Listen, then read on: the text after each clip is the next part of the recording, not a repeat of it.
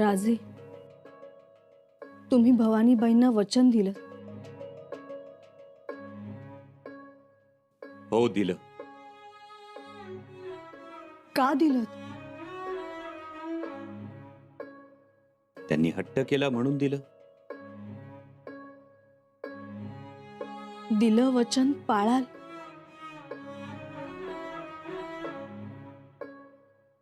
आजवर कधी आम्ही वचन पाळलं नाही.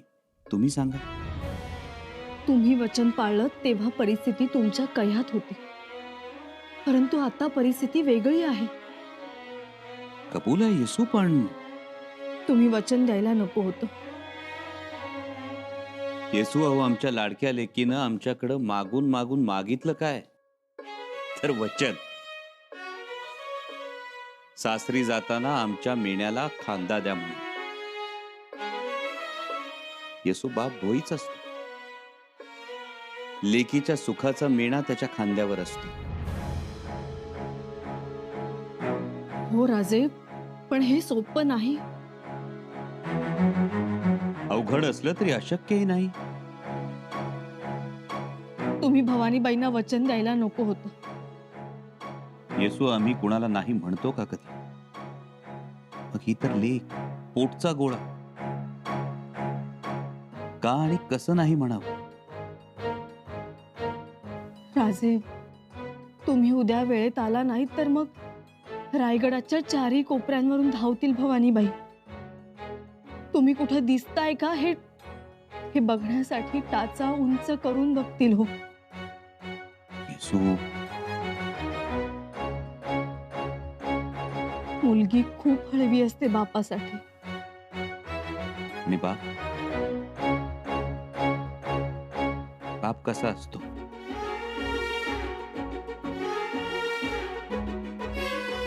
बापही हळवाच असतो. आपल्या लेकीसाठी तो आपला आत्मा गहाण ठेवतो. त्या बदल्यात त्याला त्या देवरूपी सावकाराकडून लेकीचं सुख हवं असतं, तिचं हसणं हवं असतं. आम्ही वचन दिलं ते त्यासाठी. आम्ही येईपर्यंत आमच्या भवानीबाईंच्या लग्नाचा प्रत्येक सोहळा साजरा व्हावा म्हणून. राजे, आम्हाला तुमचं सगळं मान्य आहे, परंतु भवानीबाई खूप वाट बघते आणि मग ऐन वेळी त्यांना समजावणं कठीण होईल.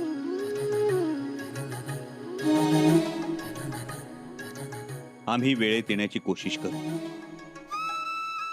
राजे, आम्ही अजूनही म्हणतोय त्यांना समजावून सांगा, खुलासा करा.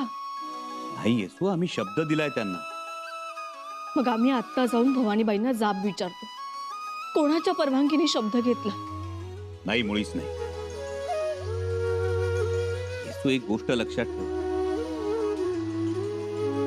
आकाश पाहण्यासाठी पाहणाराला कोणाची परवानगी लागत नाही की कुणी त्याला हुकूम करावा लागत नाही. तसंच बापाकडे हट्ट करण्यासाठी लेकीला कुणाची परवानगी लागत नाही. हो, अधिकार असतो तिचा. त्यामुळे तुम्ही भवानीबाईंना काही म्हणू नका की काही विचारू नका. आता लेकीचे हात पिवळे होतील आपल्या. राजे,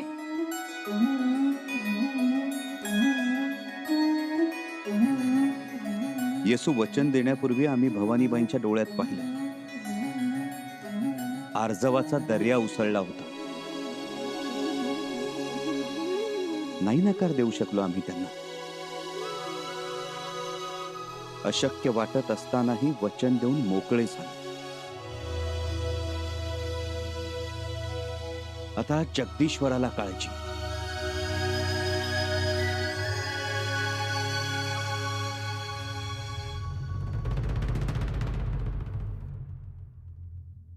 एक वेगळाच पेच उभा राहिलाय. त्यांनी मनी नसतात. हो ना, राजांनी वचन का दिलं असेल काहीच कळलं नाही. आता ते वचन कसं पाळणार? का आपली लहान लेकराची समजी घातली? नाही नाही, अशी कशी समजी घालतील? आणि समजा घातली तरी उद्या भवानीबाई वाट पाहतील. त्यांच्या कोळ्या मनावर आघात होईल त्याचं काय? तेही आहेच. भवानीबाईंच्या आयुष्यभर लक्षात राहील ही गोष्ट. म्हणूनच म्हणालो की हा पेच उभा राहिलाय. थोडक्यात बुऱ्हाणपूरची मोहीम आणि लग्नाची मोहीम या दोन्ही आघाड्या आपल्याला सांभाळाव्या लागणार आहेत. माफ करा, पण आत्ता तरी अवघड वाटतंय. अवघड आहे, पण करावं तर लागणारच. अहो कसं करणार कविराज? कसं करणार ते मला माहित नाही, पण जे होईल ते होईल. पण बुऱ्हाणपुरातून राजांना सुखरूप लग्नाच्या मांडवात आणण्याची जबाबदारी आपल्यावर आहे. खरंय. आणि त्याकरता आपलं नियोजन हे व्यवस्थित असायला हवं. नियोजन आणि नशिबाची साथ, या दोन्ही गोष्टी जुळल्या ना तर काहीच अवघड नाही.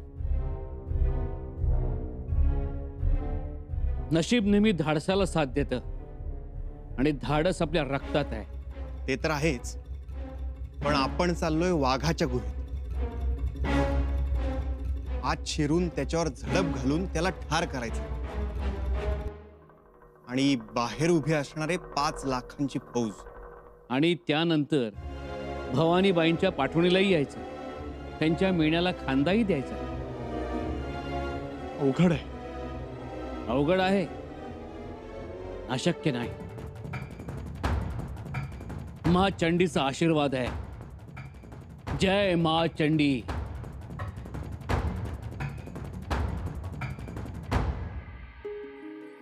या. किती वेळ लागला? ओली हळद आणि कापड आणलंय. हळद अजून हवी होती, आम्ही काढून ठेवली होती. असू द्या, आता तो कपडा त्या हळदीत भिजवा आणि पिवळा करा. जी.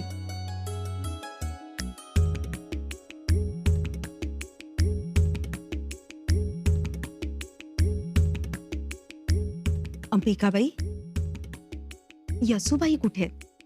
मुहूर्त मेढ आणायला इतका उशीर? ही घ्या मुहूर्त मेढ.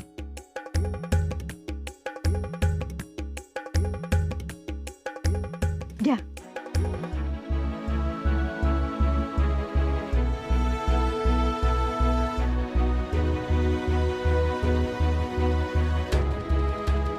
आणले सगळे जिन्नस? जी मातोश्री. आता हे सगळे या पिवळ्या कापडात बांधायचं ना? हो. वरबाई, आता तुम्हीच पुरचुंडी बांधा. दे.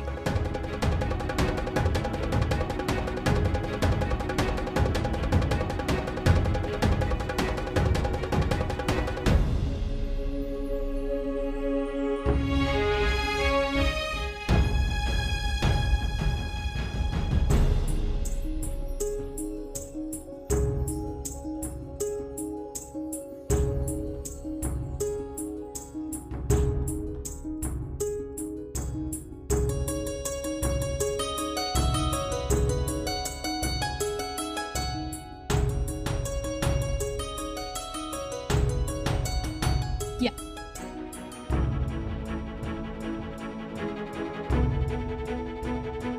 सर्व तयारी झाली, राजांना बोलवा.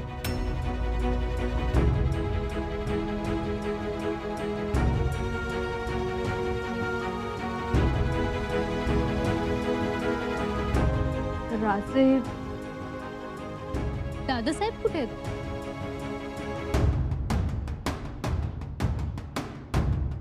राजे असतील इथेच कुठेतरी.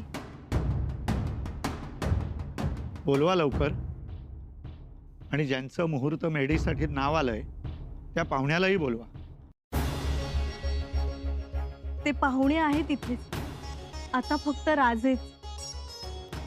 सुनबाई, बघा कुठे आहेत ते राजे. आम्ही जाऊ, दादासाहेबांना घेऊनच येतो. नाही, नको. आम्ही घेऊन येतो दादासाहेबांना. आलोच. तर राजे आसपासच असले पाहिजे. आजपासून रोज कार्यक्रम विधी असणार आहेत 12 दिवसांपर्यंत. 12व्या दिवशी मंगलविवाह. आता सुरुवातीपासून घाणा भरणं, हळद, देवक बसवणं, सीमंत पूजन, व्याही भेट, नवरदेवाचे स्वागत, नैवेद्य, हे सर्व विधी प्रत्येक दिवशी होणार आहे. प्रत्येक दिवस महत्वाचा.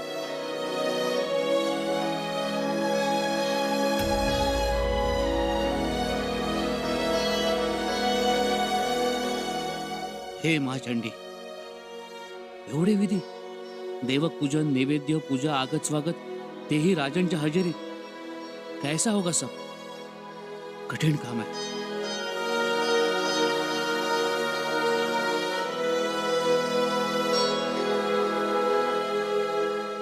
आलो चांग.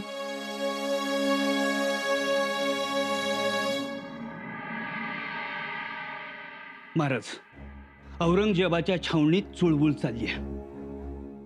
म्हणजे एकाच वेळी अनेक गोष्टी चालल्यात. आपल्या इथं राहणारी दऱ्याखोऱ्यातली माणसं, डोंगर दऱ्यातल्या चोर वाटा माहीत असलेली माणसं त्यांनी पळवून आणल्यात. काही जणांना आमिष दाखवून बोलवलंय.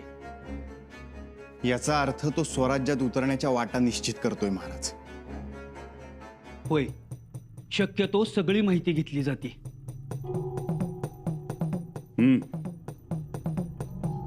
याचा अर्थ एकच, औरंगजेब निघण्याच्या तयारीत आहे. होय महाराज, औरंगजेब बुरानपूर सोडणार.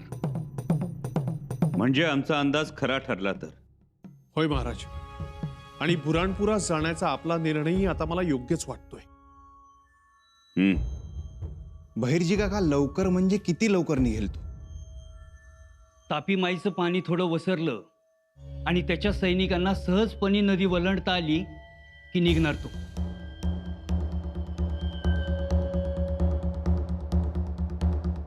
पण त्याने नदीचे उतार हेरून ठेवले असणारच. होय, शिवाय नदी पार करण्यासाठी लागणाऱ्या होड्या, नावा त्याच्याकडे आहेत. आणि आता त्याची डागडुजी सुरू झाली. याचा अर्थ आपल्याला घाई करावी लागली. होय, शिवाय आता पाऊस काळ थांबल्यामुळं सगळ्याच नद्यांचं पाणी झपाट्यानं वसरायला लागलंय. त्यामुळे एकूणच त्याची धावपळ, लगबग आणि मसलती बघता तो 2 दिवसात बी निघू शकतो. कदाचित 8-15 दिवसात बी निघल. त्याला म्हणाव तेवढी तसदी होऊ देणार नाही तुला. हो, येतोय म्हणाव, बुराणपुरातच. होय महाराज, पण लवकरात लवकर गेलं तर फायदा होईल. तसं असेल तर आम्ही आजच निघतो. आज राजन, आज कसं निघणार? मुहूर्तमेढ पूजन करायचं. मुहूर्तमेढ? जी राजन, इतक्यात बुलावा येईल. एवढंच नाही राजन, रोहित सांगत होते मुहूर्तमेढ पूजन झाल्यावरती घाणा भरणं, देवदेवक बसवायचे, सीमांत पूजन, व्याही भेट, अनेक अनेक विधी आहेत हर रोज. महाराज, आता हो, कसं बाहेर पडणार?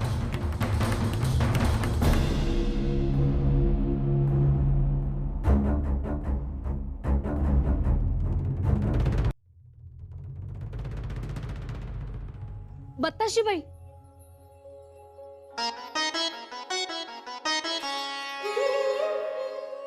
वहिनीसा, तुम्ही नका जाऊ. का? काय झालं? राजे तुम्हाला सापडणं मुश्किल. असं काही नाही, उलट त्यांचा माग आम्हाला लगेच कळतो. हो, महालीत नाहीत ना दादासाहेब? हो, याचा अर्थ ते मसलतीत आहेत. हो बत्ताशीबाई, राजे मसलतीत आहेत. परंतु तुम्हाला कसं ठाऊक? अहो, बहिर्जी काकांना पाहिलं होतं, तेव्हाच ताडलं की आज मसलत असणार म्हणून. राजे मसलतीत आहेत. आणि तुम्ही जाऊ दिलं. मुहूर्तमेढ रोवायचे आहे हे माहित असताना सुद्धा मसलती करूच कशा देता तुम्ही? बत्ताशीबाई, अहो, गोष्टी महत्वाच्या असतात ना. कसल्या महत्वाच्या गोष्टी? आणि कोणती गोष्ट महत्वाची नाही? मसलत महत्वाची, लढाई महत्वाची, राजकारण महत्वाचं असलंच पाहिजे. पण लेकीचं लग्न महत्वाचं नाही का? लग्न तर महत्वाचं आहेच की, पण म्हणावं मसलत महत्वाची आहे. काय आईबाप आहात? आहे काही काळजी? आणि लग्न काढलंय लेकीचं. अहो माणसं खोळंबली आहेत मुहूर्तमेढ रोवायला आणि बाप कुठे आहे तर मसलतीत. तुम्हाला माहितीये खरं तर लेकीच्या लग्नात बाप सगळ्यात आधी हजर असतो. सगळ्यांना मामा काका म्हणत आर्जव करतो. आणि इथे बघा काळजी नसल्यासारखं चाललंय सगळं. नाही हो, तसं काही नाही, पण काहीतरी महत्वाचंच असेल ना. आणि बायको ही अशी नवऱ्याला पाठीशी घालणारी. आलोच दादासाहेबांना घेऊन.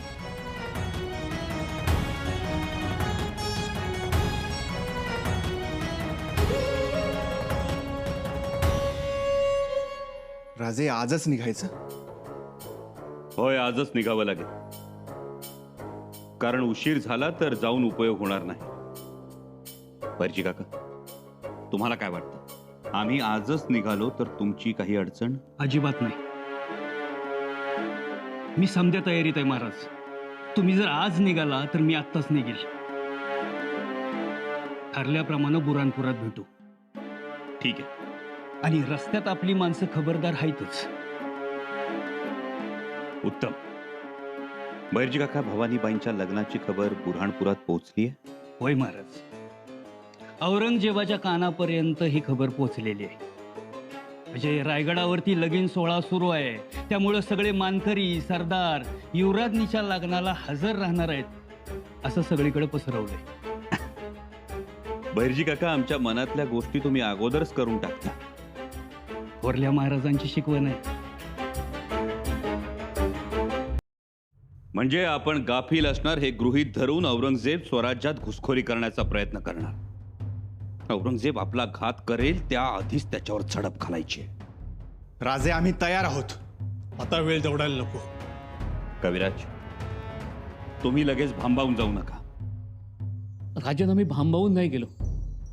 आम्ही फक्त आपल्याला सावध केलं.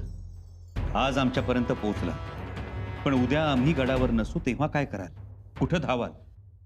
राजन, कविराज, तुम्हाला एक बाजू जबाबदारीनं सावरून धरायची. आम्ही गडावर नसू तेव्हा विचारणा होईल, त्या विचारणेला शिताफीनं बगल द्यायची. आमचा ठाव ठिकाणा कोणालाही समजता कामा नये. जी राजन. आणि कविराज, आमची चिंता करू नका.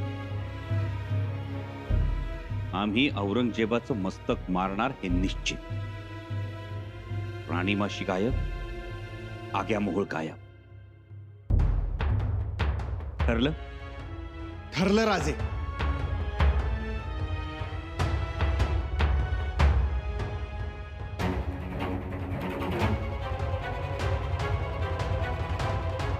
उचला भंडारा. दादासाहेब,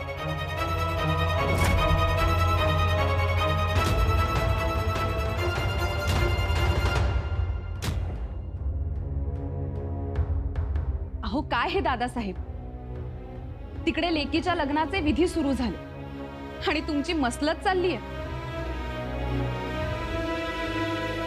कसली मसलत सुरू आहे?